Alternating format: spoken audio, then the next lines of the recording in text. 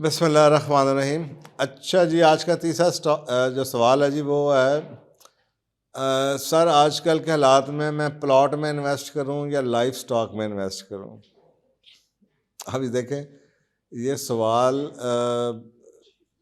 अव्वल तो ये बनता नहीं है, लेकिन चले क्योंकि कंपैरिजन नहीं होता, लेकिन चले मैं इसको सवाल बना देता हूँ। मैं आपको कुछ ऐसी गाइडलाइंस दे देता हूँ कि आपको जवाब मिल जाए। देखें, जब टफ और अनसर्टेन टाइम्स होते हैं ना, जैसे आजकल है, तो तमाम हर किस्म की इन्वेस्टमेंट जो है ना वो रिस्की हो जाती है। कोई इन्वेस्टमेंट, चाहे सोना है ना, कोई पता नहीं, अभी आप पिछले दिनों देखें ऊपर गया नीचे गया, ऊपर गया नीचे गया। इसी तरह स्टॉक मार्केट है। इसी तरह से आपके पास जो भी आप इन्वेस्टमेंट करेंगे, प्लॉट्स हैं या घर हैं, ये हमेशा ऊपर नीचे बहुत ज़्यादा रिस्की हो जाती है। कोई ज़्यादा हो जाती है रिस्की, कोई कम रिस्की, लेकिन सारी की सारी बुरे वक्त में रिस्की होती हैं। तो पहली बात तो ये याद रखें। दूसरी बात ये है कि ऐसे दौर में आपको पता है कि इन्वेस्टमेंट रिस्की है, उसके बावजूद पैसे को बैंक में रखवाना सबसे बड़ी बेवकूफ़ी है, क्योंकि महंगाई और करेंसी की डिवैल्यूएशन बहुत ज़्यादा हो जाती है। जब आपको ये दो हकाइक पता चल जाते हैं तो फिर आपका जो माइंड सेट है ना, फिर वो प्रॉफिट्स नहीं ढूंढता। यानी कि मैं 3 साल पहले मैंने 4 साल पहले के 3 साल पहले मैंने डिफ़िकल्ट टाइम्स की सीरीज़ शुरू की थी। उस वक्त मैंने लोगों को बड़ा क्लियरली कहा था, देखो मैं सच सच बता रहा हूँ, जब बुरा वक्त आता है ना तो वो ग्रोथ का वक्त नहीं होता। हाँ, कुछ लोग हैं जो ग्रो करते हुए नज़र आ जाएंगे किसी वजह से या किसी इंडस्ट्री की वजह से, लेकिन वो जनरली स्पीकिंग वो जो टाइम होता है ना, वो अपने आप को बचाने का होता है, हेज करने का होता है। तो इस वक्त आप ये मत समझें कि आपने इन्वेस्टमेंट ऐसी इन्वेस्टमेंट वो है जनाब मुझे बस प्रॉफिट मिल जाए और ये हो जाए। दो ऑप्शंस मैंने आपको दिए हैं। अगर आप इन्वेस्टमेंट करते हैं तो रिस्क मौजूद है, इन्वेस्टमेंट नहीं करते तो आपका पैसा बैंक में पड़े पड़े भी साल का कम से कम 20-25% कम हो जाएगा। करोड़ रुपया रखा, साल के बाद वो 75 लाख रुपया है, 2 साल के बाद वो शायद 50 से भी कम होगा। तो ये अगर आपको समझ आ जाए तो इसका मतलब है कि अगर आपको ये कहा जाए कि जनाब अगर आपका पैसा ओरिजिनल रियल वैल्यू ही बचा रहा है, यानी कि आपने जिस कीमत पे करोड़ लिया था वो ओरिजिनल वैल्यू ही उसकी बच जाए, तो that would be a good investment. कि मेरा असल यानी कि रियल टर्म में असल, करोड़ से करोड़ वाला असल नहीं। बस अगर 25% महंगाई हो गई है तो जो इन्वेस्टमेंट है वो भी 30% 25% महंगी हो गई है, तो आप समझें कि आप उन्हें बहुत तीर मार लिया। अब ये अगर आप ये बातें मुझे वो कहते हैं ना वो मस्का और मक्खन लगाने वाली बातें ख्वाब बेचने वाली नहीं आती। तो मैं आपको क्लियर कट बता रहा हूँ। अब अगर आपको ये दो बातें पता चल जाए तो इसका मतलब है कि आपके पास कोई चॉइस नहीं है मास वाइज के कि आप इन्वेस्ट करें। ठीक हो गया। अब ये जो मैं आपको तरीका बता रहा हूँ ना, ये तरीका आप इसलिए सीख सकते हैं कि ज़िंदगी में फ़ैसले कैसे किए जाते हैं। अगर आप लोगों ने ये तरीके सीख लिए ना तो फिर ये सवालों के जवाब आप खुद दे सकते हैं। कि पहला सवाल कि यार क्या मेरे पास चॉइस है कि मैं पैसे को इन्वेस्ट ना करूं? नहीं है। तो फिर मुझे बताओ कौन सी इन्वेस्टमेंट, ये 4 हैं। अब इन 4 इन्वेस्टमेंट के आगे से क्या क्या फ़ायदा, क्या क्या नुकसान, क्या क्या रिस्क। अच्छा यार ये कर दूँ, मतलब मेरे पास रखने की तो चॉइस ही नहीं है। तो अब अगर आप सोचें, अब सवाल ले आए लाइफ स्टॉक या प्लॉट।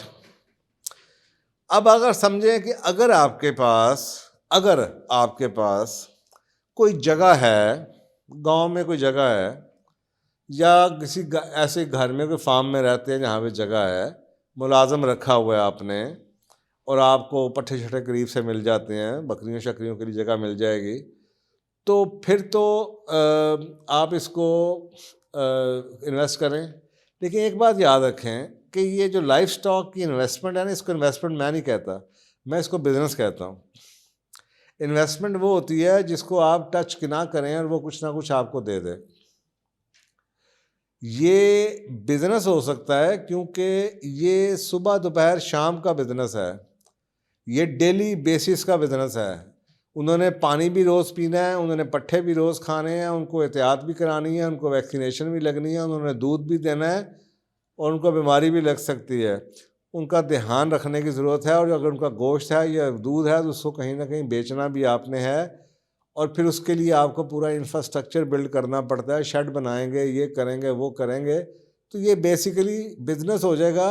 अगर आपका इसमें शौक़ है, अगर आप इसको संभाल सकते हैं, अगर आपकी इसमें कोई एक्सपर्टीज़ है, अगर आपकी कोई इसमें सेल करने के लिए कोई ऑलरेडी एक लाइन बनी हुई है कि जी आपने कोई ग्राहक आपके पास मौजूद हैं कि जी 15-20 दोस्त हैं, मैं दूध उनको बेच दिया करूँगा, आगे पीछे मोहल्ले में कोई लोग हैं वो उनको बेच दिया करूँगा, फिर ये बिज़नेस है, फिर आप उसमें काम करना चाहें तो ज़रूर कर सकते हैं।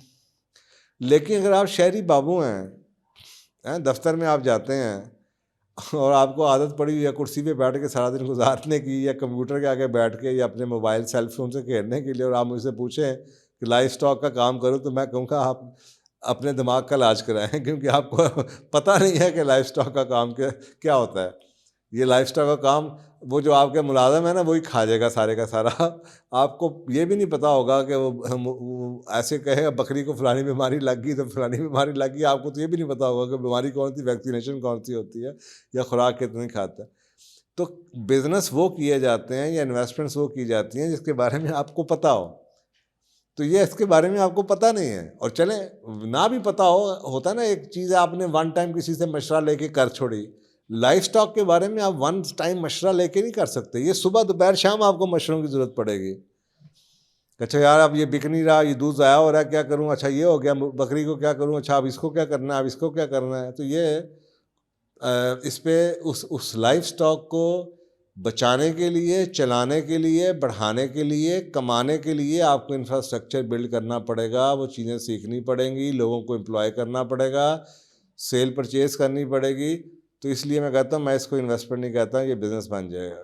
तो अगर आपके पास ये सारी एक्सपर्टीज़ या आपके पास ये बिज़नेस का नो हाउ है, और आपके पास एक मार्केट है जहाँ पे आप चीज़ों को सेल कर सकते हैं, तो फिर आप ज़रूर करें, क्योंकि फिर आपके खर्चे कम हो जाएंगे। जी मेरे पास ऑलरेडी जगह है, मैं उसी घर में रहता हूँ जी, शेड पहले ही पिया हुआ है जी, मुलाजिम भी 2 रखे हुए हैं जी, वो सब्ज़ी लगाते हैं, चलो बकरियों को भी देख लिया करेंगे, शायद फिर फिजिबिलिटी बन जाए। अब आ जाए दूसरी ऑप्शन जो आपने दी है। अब आपने प्लॉट के बारे में बात की है, मैं प्लॉट की बजाय रियल एस्टेट का जिक्र कर देता हूँ, और इसमें 2 एग्जांपल ले लेता हूँ, एक प्लॉट की और एक घर की। प्लॉट के ऊपर पहली एग्जांपल ले लें कि एक ऑप्शन ये है कि जी प्लॉट, अगर प्लॉट आपको पता होना चाहिए कि गवर्नमेंट ने ये जून में जुलाई में एक इसके ऊपर टैक्स लगा दिया था जो डीम्ड इनकम के ऊपर, यानी कि ऐसी वो कंसीडर करेंगे, जिस बंदे के पास अपने घर से अलावा प्लॉट है वो कंसीडर ये करेंगे कि उसकी वो इन्वेस्टमेंट है, तो वो उसको कंसीडर करेंगे कि वो इसके ऊपर 20% उसका किराया वो लेता है, और उस 20% के ऊपर उसने टैक्स देना है। तो डैट बिकम अबाउट 1%, यानी कि 1% का टैक्स सालाना आपको देना पड़ेगा। अभी तक वो नाफज नहीं हुआ, क्योंकि वो अपीलों में चला गया हुआ है, वो हाई कोर्ट में अपील हुई है, फिर सिंध हाई कोर्ट में हुई है, फिर अब शायद सुप्रीम कोर्ट में शायद चला गया।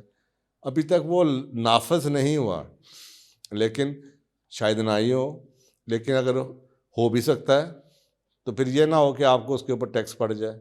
तो अगर प्लॉट लेना तो पहली गाइडलाइन आपको ये पता होनी चाहिए। दूसरी बात आपको ये पता होनी चाहिए कि जो फाइल्स का बिज़नेस है वो हवाई बिज़नेस है, और वो डाउन का डाउन ही है। वो एक चीज़ एग्जिस्ट नहीं करती, उसमें बहुत ज़्यादा रिस्क है, उससे हमेशा बचें। और अगर आपने प्लॉट लेना ही है तो किसी डेवलप्ड सोसाइटी में लें, और फिर उसको रख के हर चौथे दिन ये ना पूछें अच्छा जी 2 लाख बढ़ गया, 3 लाख बढ़ गया, 1 लाख घट गया, फिर ले के 4 साल के लिए उसको भूल जाएं। तो वो फिर मैं आपको श्योर करता हूँ कि अगर आपने किसी डेवलप्ड सोसाइटी में अच्छा प्लॉट ले लिया, चाहे आपको लगे कि जी अभी एक बड़ी मशहूर सोसाइटी है, उधर 5 मरले का प्लॉट 1.25 करोड़ का लॉन्च हुआ है, और वो मुझे बता रहे थे कि 70-80% प्लॉट बिक भी गया। अब 5 मरले का प्लॉट 1.25 करोड़ का महंगा लगता है, लेकिन अगर आप इसको लॉन्ग टर्म प्रॉस्पेक्ट्स देखें तो जो हालात हैं वो 4 साल के बाद, 3 साल के बाद, मेरे ख्याल साल बाद तो शायद कब्ज़ा मिलना है, कि 1.5 साल बाद कब्ज़ा मिलना है, उसके बाद वो महंगा ही होना है, वो सस्ता नहीं होना। तो इस तरह मैं कह रहा हूँ डेवलप्ड सोसाइटी के अंदर सोच समझ के आपने लेना है तो लें, और उसके बाद उसको भूल जाएं, और ये याद रखिए शायद उसके ऊपर 1% सालाना डीम्ड इनकम के ऊपर टैक्स लग जाए, जो अभी नहीं है।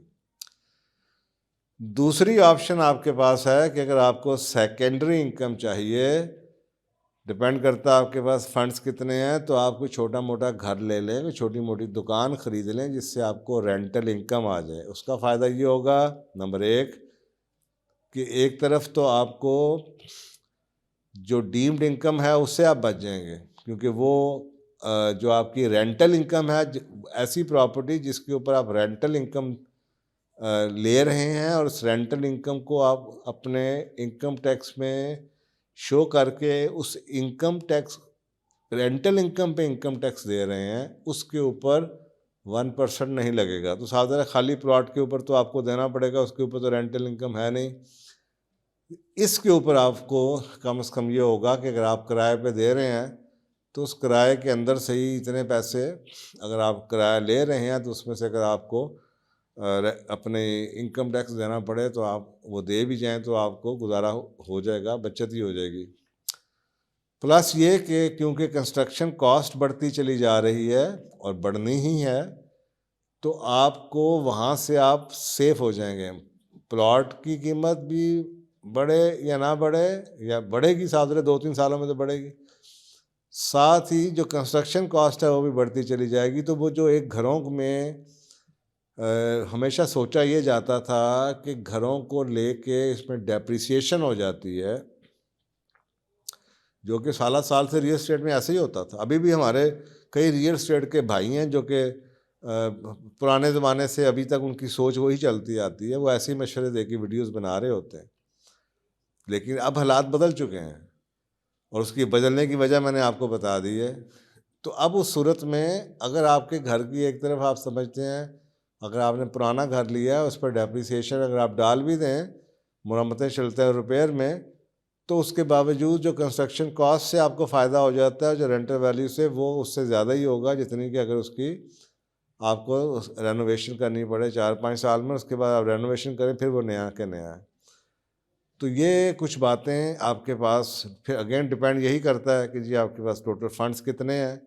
तो ये अगर आप पूरे का पूरा सुन लें तो गौर से बार बार रिवाइंड करके, तो आपको जवाब आ जाएगा कि लाइफ स्टॉक या लाइफ स्टॉक जैसा कोई काम करना, या ऐसी इन्वेस्टमेंट करना जिससे आपको सेकेंडरी इनकम आ जाए, मसलन घर या दुकान, या तीसरा ऐसी इन्वेस्टमेंट करना जो कि मैं करके भूल जाऊं लॉन्ग टर्म बेसिस पे। तो ये कई चीज़ें ऐसी हैं जिनसे, ये सारी चीज़ों के बाद फिर फैसला होता है कि जी मैं फॉरेन करेंसी ख़रीद के रख लूँ, $1000 लेके रख छोड़ूँ, $20,000 या $10,000 लेके रख छोड़ूँ, और मैं उसको सेव कर सकता हूँ, घर में रख सकता हूँ, अकाउंट खुलवा सकता हूँ, सोना लेके रख लूँ, कोई चीज़ें वैल्यूएबल आजकल के दौर में तो मैं लोगों से कहता हूँ कुछ भी ले लो आज के पैसे ना पास रखो, कुछ भी लेके रख लो।